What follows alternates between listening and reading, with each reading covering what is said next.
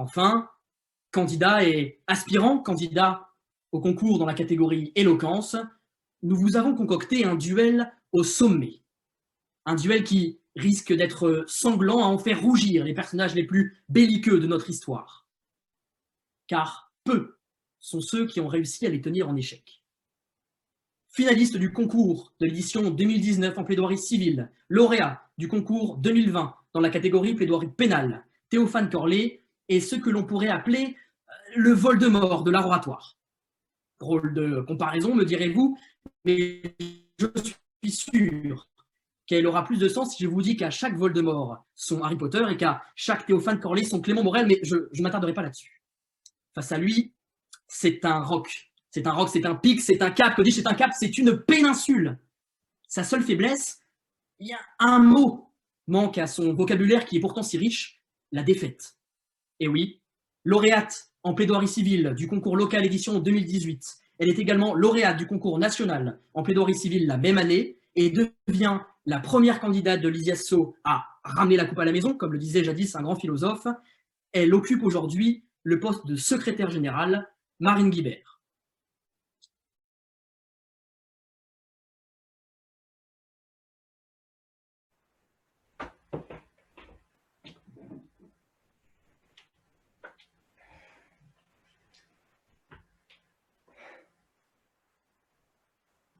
Notre jeunesse est devenue pour le temps d'une année un cimetière. Nous tentons de faire tant bien que mal, comme si tout cela était normal, comme si nous pouvions nous satisfaire de cette condition. Notre génération est passée en un clin d'œil de l'insouciance au masque, à la distanciation sociale, à la norme sanitaire. En quoi répond-il au sujet? Votre critique acerbe est déjà là, je le sais, au bout de quelques secondes, et pourtant mon objectif est bien d'y répondre. Car lorsque la question « peut-on briser le cœur de pierre » se pose, le premier réflexe est d'abord d'appréhender ce cœur fait de roche, durci et insensible. Alors je pars de ce constat. Mon but n'est certainement pas ici de remettre en cause toutes nos règles ou notre manière de nous adapter à la crise. Non, loin de là. Je pars du simple constat de mon impuissance, de notre impuissance. D'un coup d'un seul, le monde est devenu hostile, du moins pour ma propre perception. À 20 ans, l'âge du temps des rencontres, de la bringue, de l'amour et des rêves. À 20 ans, ce temps vécu aujourd'hui a quelque chose d'absurde que nous pouvons tous percevoir. L'absurde, l'antinomie entre l'homme et un monde irrationnel. L'histoire de celui cherchant le soleil au milieu de sa nuit. Quant à moi, j'ai eu l'impression que le changement a eu lieu en une nuit. Soudain, je mettais un masque pour aller voir mes amis. Je l'enlevais pour revenir à ma solitude. Ceux pour qui l'on se battait, ceux-là même, pour qui l'on était prêt à s'interdire de bon cœur une partie de notre liberté, il m'était interdit de voir, les laissant seuls et vulnérables. L'absurde. Oui, l'absurde est bien là. Lorsque toute une famille perd un être cher, sans même pouvoir lui faire ses adieux, avec cette pensée horrible qu'il mourra seul. Alors voilà, l'absurde est vivant en face de nos yeux. Et c'est bien l'absurde qui développe chez l'homme l'insensibilité. Le cœur devient pierre dès lors qu'il perçoit son incompatibilité au monde hostile qui l'entoure. Lorsque plus rien ne le touche, car trop de choses l'ont déjà touché. Alors brisons-le. Voilà le sujet ce soir. Monsieur le Président, Madame, Messieurs des jurys, lorsqu'une voix s'exclame au milieu de la nuit froide se tourne vers vous et vient vous poser cette question. Puis-je briser ce cœur de pierre? C'est la voix de l'homme ou de la femme, abattu par un monde qu'il ne comprend pas, brisé par une violence à s'en laisser mourir. Alors, à ce cri de détresse, que pouvez-vous répondre? Que pouvez-vous répondre? Et pourtant, je vous le dis, Monsieur le Président, Madame, Messieurs des jurys, votre réponse, ce sera de lui promettre, oh oui, de lui promettre, que ce cœur peut être brisé. Cette réponse sera la vôtre, j'en suis convaincu, pour la simple et bonne raison que c'est dans votre nature humaine, celle qui justifie votre sympathie, celle qui justifie la communion, celle qui justifie le service de l'autre. Tendre la main, c'est crier sa révolte. C'est briser l'idée que l'homme se faisait d'un monde sans saveur. C'est lui faire à nouveau comprendre qu'il y a des choses dans ce monde qui valent bien qu'on se batte pour. Ce concours lui-même, en étant un exemple parmi tant d'autres, est une main tendue vers vous. Est une main tendue, et vous le savez. Monsieur le Président, Mesdames, Madame, Messieurs des jurys, vous le savez. Il est une révolte contre tout ce qui est absurde. Il brise en un éclat l'insensible. Car toucher l'autre par les mots, voilà ce qui nous réunit ce soir. Voilà ce qui nous réunit avec Marine. Voilà qui a du sens. Alors, à tous ceux qui hésitent, ceux qui n'osent pas dans une année à laquelle on ne peut rien faire individuellement, brisons ensemble la même pierre qui pourrait saisir nos cœurs. La révolte, c'est avoir l'envie de faire quelque chose. L'envie de réaliser un rêve dans un monde qui, à bien des égards, peut paraître absurde. C'est la révolte. Et si vous vous cassez la gueule, eh bien vous vous cassez la gueule. On n'en meurt pas de se casser la gueule. Et puis quoi? On ne meurt pas d'humiliation. La révolte, ben voilà notre réponse. Notre seul moyen de briser ce cœur de pierre. Alors, à tous ceux qui m'écoutent ce soir, à tous ceux qui ne veulent plus croire en l'absurde, que brisent nos cœurs à l'unisson, ce qu'il faut de regret pour payer un frisson, ce qu'il faut de malheur pour le moindre discours, ce qu'il faut de sanglots pour la tenue d'un concours.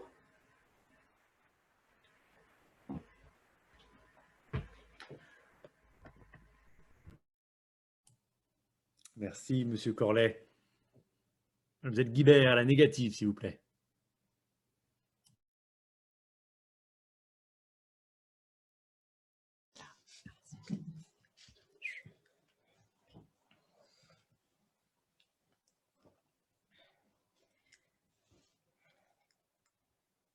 Lui, il a encore retrouvé son sac à dos bleu dans la flaque d'eau du fond de la récréation après s'être caché pour qu'ils arrêtent de le poursuivre. Des insultes, encore, alors qu'il est penché sur ses livres et la nuit, derrière ses paupières, il se demande s'il doit continuer à vivre. Elle était amoureuse, pas qu'un peu. Rien ne paraissait très grave puisque si son cœur devenait trop lourd pour elle, il le prenait entre ses mains. Mais un jour, entre un crissement de pneus et des gyrophares bleus, ces mains-là ont disparu sans le temps d'un adieu. Sur ses joues à elle, pas une seule larme n'a coulé. À quoi bon? Personne n'était plus là pour les lui sécher. Lui et elle, des années plus tard, sur le chemin d'une vie d'adulte, ils sont debout mais vivants, ça, ils ne savent pas. Lui, froid, ne s'accroche plus à personne ni à rien, persuadé que tous les cœurs le décevront à part le sien. Elle a des amis et sourit toujours. Il en a attiré. Des garçons ce sourire qu'elle a blessé quand ils ont voulu lui apporter un peu d'amour. Elle paraît ne rien ressentir alors que c'est juste son inconscient qui appelle au secours. Monsieur le Président, Madame, Messieurs du jury, tous les deux ont eu droit à la même remarque. Tu n'as vraiment qu'un cœur de pierre. Cette phrase, mon contradicteur vient de lui accorder du crédit puisqu'il vient de parler 7 minutes en prétendant qu'un cœur de pierre pourrait être brisé et que donc les cœurs de pierre existeraient. C'est là le pilier de son propos.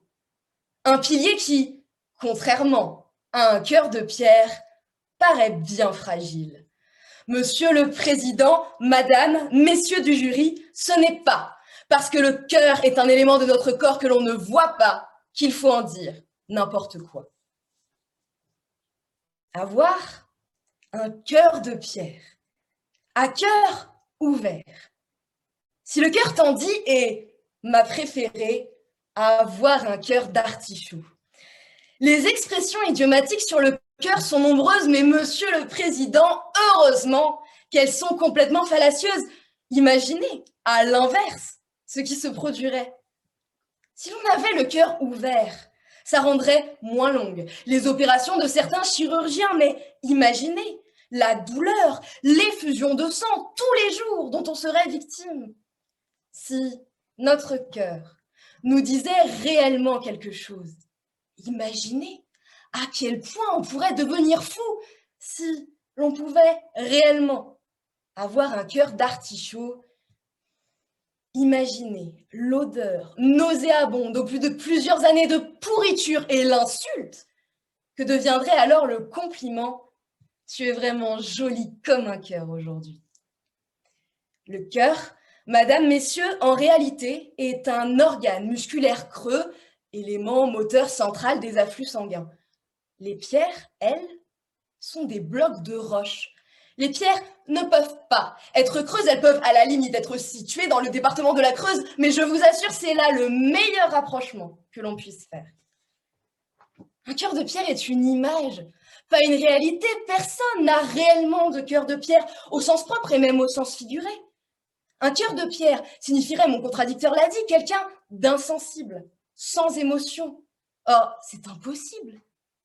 Même dans le cas maladif le plus grave, l'alexithymie, anorexie des sentiments, il a été prouvé par les battements cardiaques et la présence de sueur sur la peau des patients que les émotions sont bien présentes chez eux. Seule leur expression leur demeure inaccessible.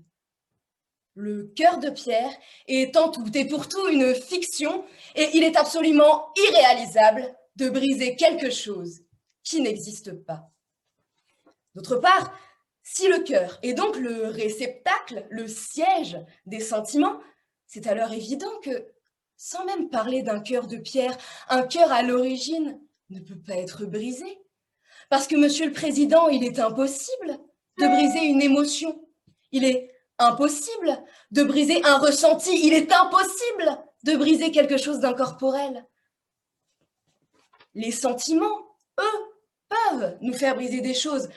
La curiosité peut nous faire briser un cadenas, la colère, des murs, le désir, des lits ou du moins ses lattes. Mais c'est bien parce que les tentatives de briser une émotion, un état, des pensées échouent que certains décident à la place parfois de se briser le cou. Monsieur le Président, il aurait alors été possible, maintenant, de continuer en avançant l'argument d'un cœur en diamant, d'une pierre incassable, mais, Madame, Messieurs, nous ne sommes pas dans Minecraft et nul besoin, vous en conviendrez, d'aller plus loin. Il est tout simplement impossible de briser un cœur de pierre parce qu'un cœur ne peut être brisé et que, plus encore, on ne peut briser quelque chose qui n'a jamais existé. Lui, il a 35 ans aujourd'hui.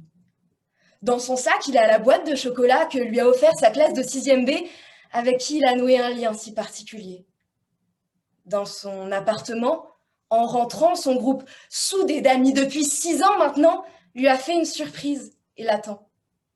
Dans son cœur, le bonheur, enfin, il le ressent. Elle regarde le ciel dégagé sur sa terrasse ce soir. Elle y pense encore, elle croit que c'est cette étoile tout là-bas, elle brille plus que les autres dans le noir. Et elle lui sourit en ayant une autre main chaude qui tient la sienne depuis plusieurs années maintenant. Ces étoiles, elles sont revenues dans ses yeux à elle, finalement. En allant se coucher, elle passe faire un bisou à sa fille de 3 ans dans la pièce d'à côté, mais elle ne dort pas. « Maman, j'ai été triste aujourd'hui. Je suis jamais triste, j'aime pas ça. » Mais elle lui répond que ce n'est pas grave, que c'est normal d'avoir du chagrin parfois. Parce que les cœurs de pierre, ça n'existe pas.